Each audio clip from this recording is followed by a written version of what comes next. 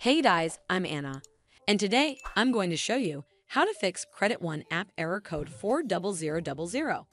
So first of all, you need to completely restart mobile data on your device.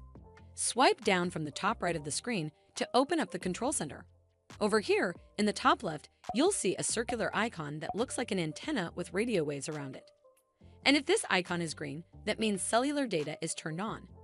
So now what you need to do is tap on this icon to completely turn off your cellular data. Wait for around 5 to 10 seconds, and then again tap on this data icon to turn it back on. This should fix the Credit One app error code 40000. But if it doesn't, then you need to make sure you're running the latest version of the app.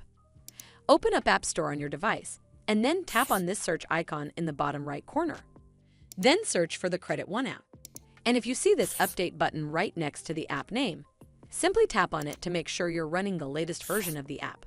This should fix the Credit One app error code 40000.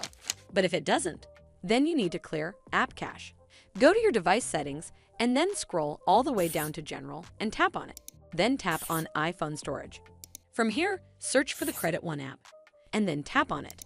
Once you're on this screen, you need to tap on Offload App. Tap again to confirm.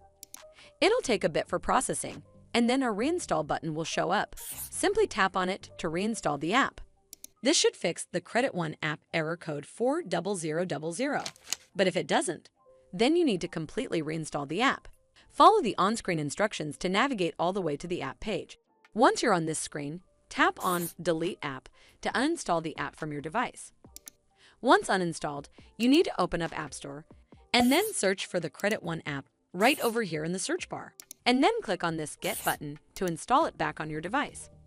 Well, that's how you fix Credit One app error code 40000. I hope you found this video helpful, and if you did, make sure you give it a thumbs up to see more videos like this, and don't forget to hit that subscribe button. We'll see you in the next one.